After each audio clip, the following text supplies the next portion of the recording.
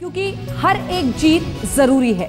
देश के प्रधानमंत्री नरेंद्र मोदी बीजेपी कार्यकर्ताओं को यह बात बताने आज बीजेपी मुख्यालय पहुंचे।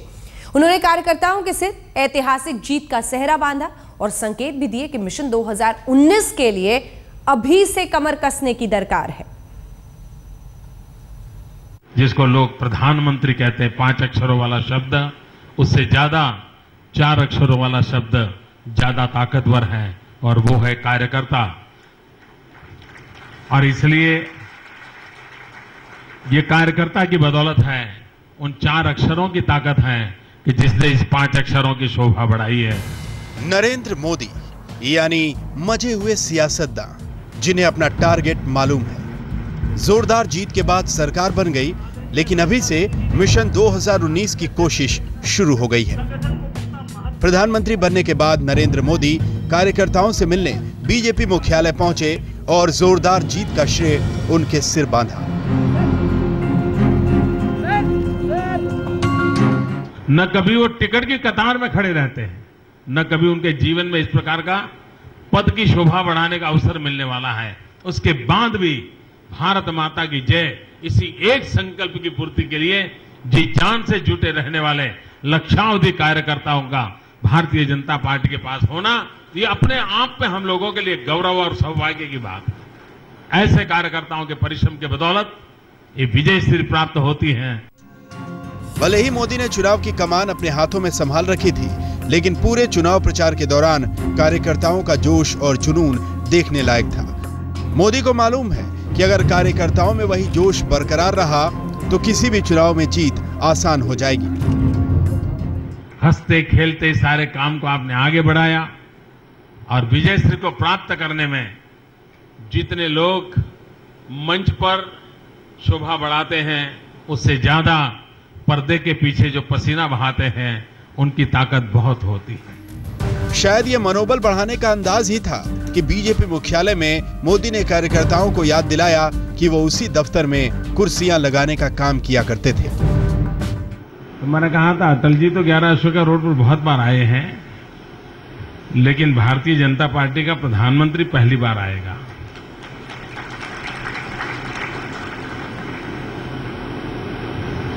और मुझे याद है कि मैं और बापू आप्टे उस समय ये कुर्सियां लगाते थे, ये सारी सजावट करते थे कि अटल जी आने वाले हैं। मोदी जानते हैं कि ऐतिहासिक जीत हासिल करना बड़ी बात नहीं, बल्कि उस जीत पर कायम रहना बड़ी बात है। मोदी जानते हैं कि 2014 की जीत में कार्यकर्ताओं ने कितना बड़ा रोल अदा किया। वो ये भी जानते हैं कि 2019 की जीत तभी मुमकिन है जब कार्यकर्ताओं का उत्साह, जोश और जुनून बना रहे। दिल्ली से रीमा पराशर के साथ आज तक ब्यूरो। तो मोदी के सामने अच्छे दिन लाने की चुनौती है, लेकिन अच्छे दिन में राज्यसभा के आंकड़े रोड़ा अटका सकते हैं। मोदी को भी मालूम है कि राज्यसभा में एनडीए तभी मजबूत होगा जब विधानसभा चुनाव से जीत हासिल होगी। मतलब ये कि मोदी के लिए आने वाले विधानसभा में जीत भी मोदी के लिए बेहद जरूरी है और अच्छे दिनों के लिए भी। बहुत बार हमारे देश में जब भी चुनावी चर्चा है तो राजनीति के समीकरणों से ज्यादा जातीय समीकरणों की चर्चा रही है। ये पहला चुनाव ऐसा है कि सारे जातीय समीकरण, भौगोलिक समीकरण, परंपरागत समीकरण, सारों से ऊपर उठ करके देश के मतदाता ने अपना वर्डिक्ट दिया है। पैनी नजर और साफ मकसद, ऐतिहासिक जीत हासिल करते ही मोदी ने भविष्य का रोड मैप तैयार कर लिया है। सरकार कैसे चलेगी, संगठन कैसे चलेगा, राज्यसभा में क्या होगा, विधानसभा चुनाव कैसे जीते जाएंगे और फिर अगले लोकसभा चुनाव में जीत कैसे हासिल होगी। सरकार की, भारतीय जनता पार्टी की और हम सबका दायित्व बनता है कि हम जन सामान्य की आशा आकांक्षाओं पर खरे उतरे। हमारे निर्णय सामान्य मानवी को अगर ये भरोसा दे सकते हैं, हाँ भाई, अच्छा करने की दिशा में निष्ठापूर्वक किया गया ये प्रयास है, तो ये देश कभी भी आपसे नाता नहीं तोड़ेगा। मैं आपको विश्वास दिलाता। लोकसभा में 300 के पार, लेकिन राज्यसभा में सिर्फ 59। एनडीए के इस आंकड़े को सुधारना शायद मोदी की पहली प्राथमिकता है, क्योंकि सरकार 5 साल चलनी है। ऐसे में अगर राज्यसभा में एनडीए की सीटें नहीं बढ़ी तो सरकार को ढेरों परेशानियों का सामना करना पड़ेगा। मोदी ये भी जानते हैं कि राज्यसभा में हालात सुधारने का एक ही तरीका है, विधानसभा चुनाव में भारी जीत। मतलब ये कि मिशन 2019 के लिए मोदी की नजर विधानसभा चुनावों पर टिकी है। अगर हम निष्ठा की कसौटी पर खरे उतरते हैं तो ये देश की जनता पलक पावड़े बिछा करके आपका स्वागत सम्मान करती रहती है। ये देश की विशेषता रही। दुनिया यही समझ रही है कि नरेंद्र मोदी कार्यकर्ताओं को धन्यवाद देने बीजेपी मुख्यालय पहुंचे थे, लेकिन हकीकत ये है कि वो कार्यकर्ताओं को ये बताने गए थे कि इस चुनाव में जितनी मेहनत की गई, आने वाले दिनों में भी उतनी ही मेहनत की दरकार होगी। सरकार बन जाने के गुमान में नहीं रहना होगा। ये हम लोगों का दायित्व बनता है कि जनता तो हमसे 10 कदम आगे है, हम जनता के साथ कदम से कदम मिला करके देश हित में उसकी आकांक्षाओं के अनुरूप किस प्रकार से अपना आचरण करे, किस प्रकार से अपनी गतिविधियां चलाए, किस प्रकार से अपने कदम उठाए, उसके आधार पर देश के सामान्य व्यक्ति का लोकतंत्र पर विश्वास और बढ़ेगा, जो पूरे विश्व के लिए एक ताकत बन सकता है। चुनाव में कार्यकर्ताओं की बड़ी भूमिका होती है और मोदी खुद कार्यकर्ता रह चुके हैं। उन्हें मालूम है कि कार्यकर्ताओं की ऊर्जा बड़ी जीत कैसे दिला सकती है। दिल्ली से रीमा पाराशर के साथ आज तक ब्यूरो। नरेंद्र मोदी की स्थिति में अगर कोई भी और नेता या प्रधानमंत्री होता तो शायद बेहद खुश होता और संतोष बहुत करता, लेकिन नरेंद्र मोदी हैं कि उनका दिल मांगे मोर। जी हां, अभी से ही 2019 की तैयारी कर रहे हैं। इस ऐतिहासिक जीत के लिए वो कार्यकर्ताओं को जरूर जीत का सेहरा पहना रहे हैं, लेकिन इसके साथ ही कह रहे हैं कि अभी से कमर कस लीजिए, पार्टी और सरकार मिलकर ऐसा काम करे कि दोबारा 2019 में हम सत्ता में आए। शपथ ग्रहण से पहले ही मोदी ने साफ कर दिया था कि उनकी सरकार का मिशन होगा 2019 के चुनाव में जीत। प्रधानमंत्री को पता है कि यह तब तक मुमकिन नहीं जब तक उनकी सरकार अच्छे दिन नहीं लाती। लिहाजा शपथ लेते ही मोदी ने काम करना शुरू कर दिया और लगातार काम कर रहे हैं। नरेंद्र मोदी दनादन फैसले ले रहे हैं, ऐसे फैसले जिससे जवाबदेही तय हो, ऐसे फैसले जिससे परिवारवाद खत्म हो और ऐसे फैसले जिससे पार्टी और संगठन भी मजबूत हो। पहली कैबिनेट बैठक में मोदी सरकार ने काले धन पर एसआईटी बना दी। फिर प्रधानमंत्री ने अपने मंत्रियों के लिए निर्देश जारी कर दिया कि वो अपने पर्सनल स्टाफ में रिश्तेदारों को न रखें। इसके बाद मोदी ने मंत्रियों की जिम्मेदारी तय करने के लिए 100 दिन का एक्शन प्लान मांग लिया। सोमवार से एक काम में लगे हैं, क्योंकि प्रधानमंत्री नरेंद्र मोदी जी ने हमारे विभाग को और सब विभागों को कहा है कि पहले महीने में क्या कर सकते हो, 100 दिन में क्या कर सकते हो और फिर साल भर में क्या कर सकते हो, इसका एक नक्शा देना है। तो हम इस नक्शे को सोमवार को हमारी काउंसिल ऑफ मिनिस्टर्स की बैठक है और फिर हर विभाग के साथ प्रधानमंत्री समय देकर मीटिंग करने वाले हैं, तो उसमें हम ये सारा प्रोग्राम रखेंगे। जीत में सरकार के कामकाज की बड़ी भूमिका होगी, लेकिन उससे भी बड़ी भूमिका संगठन और पार्टी की होगी। लिहाजा सरकार के कामकाज से थोड़े वक्त निकालकर नरेंद्र मोदी संगठन का काम भी देख रहे हैं। ये भी तय कर रहे हैं कि सरकार और संगठन में तालमेल कैसे होगा। मोदी ने 3 कद्दावर नेताओं की एक कोर कमेटी बनाई है जो सरकार और संगठन के बीच तालमेल देखेंगे। कोर कमेटी में शामिल हैं अरुण जेटली, नितिन गडकरी और राजनाथ सिंह। संगठन पर मोदी का कितना ध्यान है, इसका सबूत तब मिला जब शनिवार को उन्होंने सेमिनार सीआर में बीजेपी महासचिवों की बैठक बुलाई। सूत्रों की माने तो मीटिंग में मोदी ने महासचिवों को कहा कि पार्टी और संगठन चुनाव में किए गए वादों को पूरा करने में सरकार की मदद करें। मोदी ने महासचिवों को कहा, लोकसभा चुनाव की जीत को आगे भी दोहराना है, लिहाजा संगठन इसके लिए तैयार रहे। सूत्र ये भी बताते हैं कि मोदी ने मीटिंग में साफ कर दिया कि हर एक महासचिव को एक तय जिम्मेदारी दी जाएगी। मतलब ये कि मोदी कोई मौका नहीं चूकना चाहते। सरकार का काम जनता को अपनी तरफ खींचेगा और संगठन की मजबूती जीत दिलाएगी। आज तक ब्यूरो। यानी लक्ष्य साफ है, हर एक जीत जरूरी है और अगली जीत उतनी ही जरूरी है। उस जीत के लिए यह भी जरूरी है कि सरकार और पार्टी की छवि खराब ना हो।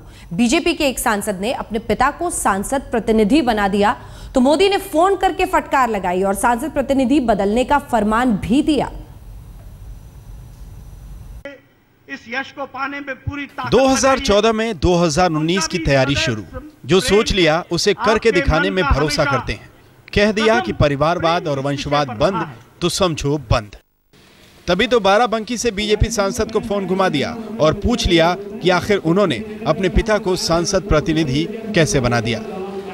वो सिर्फ और सिर्फ मॉनिटरिंग करने के लिए है और वो भी तब तक जब तक कोई संगठन से व्यक्ति नहीं आ रहा है, तब तक के लिए। जब कोई आ जाएगा उनकी जगह पे वो हो जाएंगे, बस और कुछ नहीं। दरअसल हुआ यूं कि दिल्ली में जैसे ही मोदी सरकार ने शपथ लिया, बाराबंकी में बीजेपी की सांसद प्रियंका रावत ने खुद एक सर्कुलर जारी किया और अपने पिता उत्तम राम को सारे सरकारी और विकास कामों के लिए अपना प्रतिनिधि नियुक्त कर लिया। बीजेपी सांसद ने वो चिट्ठी जिले के सारे अधिकारियों को भेज दी। यहाँ तक तो बात ठीक थी, लेकिन शपथ लेने के 2 दिनों के बाद प्रधानमंत्री ने अपने मंत्रियों को हिदायत दे दी कि वो अपने पर्सनल स्टाफ में रिश्तेदारों को शामिल न करें। मंत्रियों को निर्देश देने के पीछे प्रधानमंत्री की मंशा रही होगी कि संदेश नीचे तक जाएगा, लेकिन बाराबंकी की सांसद पर मोदी के संदेश का कोई असर नहीं हुआ। उनके पिता सांसद प्रतिनिधि पद पर बने रहे। फिर क्या था, रविवार की रात मोदी ने प्रियंका रावत को फोन किया। बताया जाता है कि प्रधानमंत्री ने सांसद को कड़ी फटकार लगाई और किसी दूसरे को सांसद प्रतिनिधि बनाने को कहा। मोदी जी इस देश के प्रधानमंत्री हैं, उनके नेतृत्व में ही हमको काम करना है। हमारे लिए वो सर्वोपरि हैं, जो उनका आदेश होगा सर्वोपरि है। संगठन में मजबूती प्रदान करना हम सभी छोटे कार्यकर्ताओं का प्रथम कर्तव्य है। साफ-गोई से बता दूं कि मैं कभी भी पद के लिए इंटरेस्टेड कभी नहीं रहा और मेरे लिए पद का कोई महत्व भी नहीं है। मैं ये चाहता हूं कि मेरी बेटी सांसद हुई है, वो अच्छे से ज़िले में काम करें और क्षेत्र का विकास करें, जनता की भावनाओं की कदर करें। भले ही बाराबंकी के सांसद को फोन कर मोदी का फटकार लगाना एक मजबूत प्रधानमंत्री और कद्दावर नेता की पहचान हो, लेकिन विरोधी तो इसमें भी सियासत ढूंढ रहे हैं। इस तरीके से प्रधानमंत्री ने उम्मीद की है और अपने पार्टी के सांसद महोदय और मंत्री लोगों को निजी स्टाफ में परिवार पुनः रखने की बात कही है, उसका उल्लंघन बाराबंकी की सांसद ने किया है।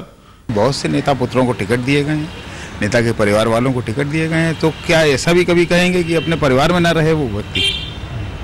ठीक है कि उनको प्रतिनिधि नहीं बनाना चाहिए, तो उन्होंने बनाया है, तो ये पार्टी को भी उस पर देखना चाहिए। बहरहाल नरेंद्र मोदी ने भले ही एक सांसद को फोन किया हो, लेकिन संदेश बीजेपी के उन सभी सांसदों के लिए था जिन्होंने अपने पर्सनल स्टाफ में अपने रिश्तेदारों को भर रखा है। नए प्रधानमंत्री के इस तेवर से यह साफ है कि पुराने ढर्रे पर अब नहीं चलेगी सरकार। बाराबंकी से कामरान अलवी के साथ आमिर हक, लखनऊ, आज तक। इधर मोदी की हर जीत में सोशल मीडिया की बड़ी भूमिका होती है। वो सोशल मीडिया को पारदर्शिता और लोगों से जुड़े रहने का सबसे बड़ा हथियार मानते हैं। मनमोहन सिंह के कार्यकाल में पीएमओ का कोई फेसबुक पेज नहीं था, लेकिन इस बार शपथ ग्रहण के तुरंत ही बाद फेसबुक पेज बनाया गया। 4 दिनों के भीतर पेज को 10 लाख से ज्यादा लोगों ने लाइक किया। स्वागत है भाई, स्वागत है।